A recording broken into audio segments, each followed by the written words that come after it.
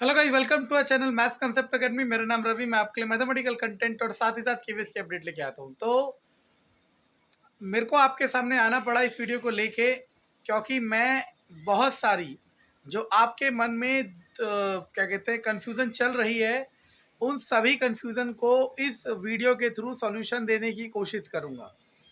तो सबसे पहले स्टार्ट करते हैं। जैसे कि आप लोगों ने देखा कि केवीएस में कई स्कूलों में 50% का जो परमानेंट स्टाफ है वो नहीं क्राइटेरिया हो पा रहा था, जिसके लिए इन्होंने एडमिनिस्ट्रेटिव ट्रांसफ़र के थ्रू इसको पूरा करने की कोशिश की। इन्होंने एडमिनिस्ट्रेटिव ट्रांसफ़र के थ्रू इन्हें पूरा करने की कोशिश की, जबकि इसे पूरा एक और तरीके से करा जा सकता था। वो था रिक्रूटमेंट प्रोसेस, कि नए बच्चों को चांस मिलता और ये जो कमी थी इसे पूरा करा जाता। लेकिन अभी आपको पता है कि रिक्रूटमेंट प्रोसेस अगर आज भी स्टार्ट होगी तो वो 7 से 8, 8 से 10 महीने लेगी ज्वाइनिंग देने में।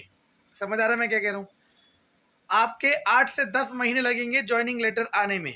तो तब तक ये जो 50% का क्राइटेरिया पूरा नहीं हो रहा, इसके लिए तो कुछ करना था, इसके लिए ये करा।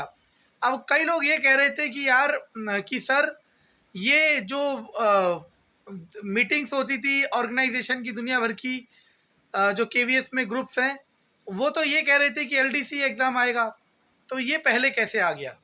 तो आप लोग ये समझने की कोशिश करें कि एलडीसी एग्ज़ाम एक अलग चीज़ है और ये 50% क्राइटेरिया वाला अलग है। फॉर एग्जांपल, एलडीसी एग्ज़ाम से मैं प्रमोट हो जाता हूँ, आप प्रमोट हो जाते हो और पहुँच जाते हो किसी भी स्कूल में जहाँ पे उस पोस्ट की ज़रूरत है। लेकिन वो ज़रूरी थोड़ा है कि सेलेक्टिवली 50% जहाँ पे क्राइटेरिया नहीं हो पा रहा है परमानेंट टीचर्स का, वहीं आपको भेजेंगे। वो तो कहीं पे भी जा सकते हो जहाँ प्रमोट होंगे। हो सकता है आपके स्कूल में ही कोई सीट खाली हो, आप वहीं पहुँच जाओ। समझ आ रहा है मैं क्या कह रहा हूँ? तो एलडीसी ही और एडमिनिस्ट्रेटिव ट्रांसफ़र दो अलग चीज़ें थी। और अब आपने ये भी देखा कि इस एडमिनिस्ट्रेटिव ट्रांसफ़र में 2021 की ट्रांसफ़र पॉलिसी को बहुत ही ओवर रूल करा गया है।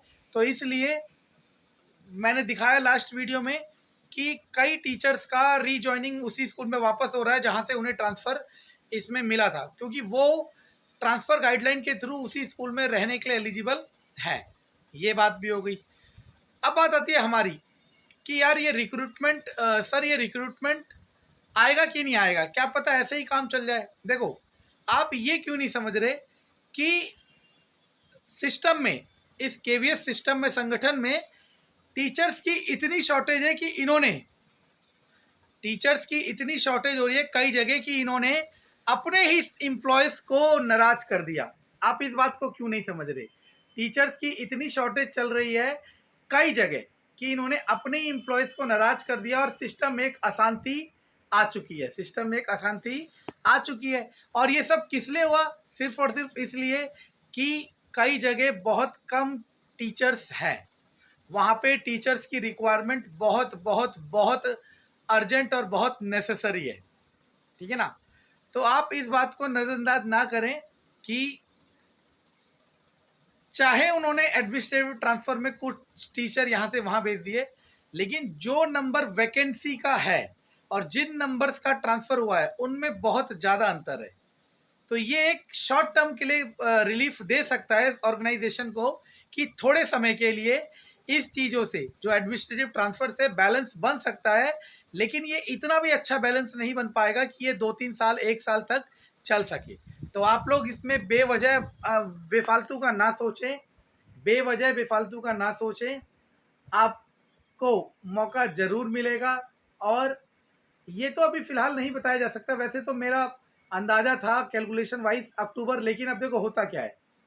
मानो एक प्रोसेस, जैसे DSSS की किसी भी बोर्ड की बात कर लो, उन्होंने एक पेपर रिलीज़ किया, मतलब एक एग्ज़ाम कैलेंडर रिलीज़ किया, एलिजिबिलिटी रिलीज़ की, उस पर कोई केस कर दिया। अब क्या होगा? पहले वो ऑर्गेनाइजेशन, वो सिस्टम उसमें उलझ जाएगा। तो आगे के लिए, उसे बढ़ने के लिए थोड़ा सा समय लगेगा। अब तो जो कैट में केस करा है एम्प्लॉयज़ ने और ये सब जो हो रहा है, इससे मैं ये नहीं कह रहा डिले होगा, लेकिन अभी फ़िलहाल ये कह पाना मुश्किल है कि एग्जैक्ट कब आएगा रिक्रूटमेंट। और इस बात को भी ध्यान रखना कि केवीएस का डिसीज़न, केवीएस में जो होने वाला है इसका डिसीज़न केवीएस कमिश्नर के अलावा, मतलब जो टॉप पोजीशन पे बैठे हैं उनके अलावा कोई नहीं बता सकता। हो सकता है मेरी वीडियो अपलोड होने के तुरंत 1 सेकंड बाद रिक्रूटमेंट नोटिफिकेशन आ जाए, ऐसा भी तो हो सकता है, हो कुछ भी सकता है। यहाँ पे अनसर्टेनिटी सबसे बड़ी चीज़ है और यही मैं डे 1 से बता रहा हूँ।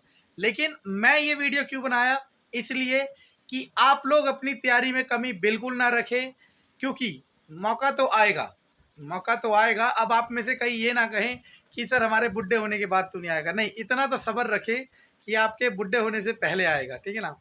मौका आपको मिलेगा, डेफिनेटली मिलेगा, ठीक है, क्योंकि ये अब संगठन की डिमांड है, सॉरी अब संगठन की नीड बन चुकी है रिक्रूटमेंट लेके आना।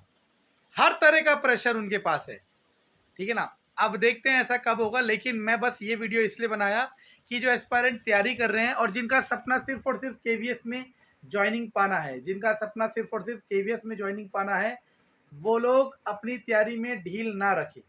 मौका जरूर आएगा, डेफिनेटली आएगा, देखना। धन्यवाद।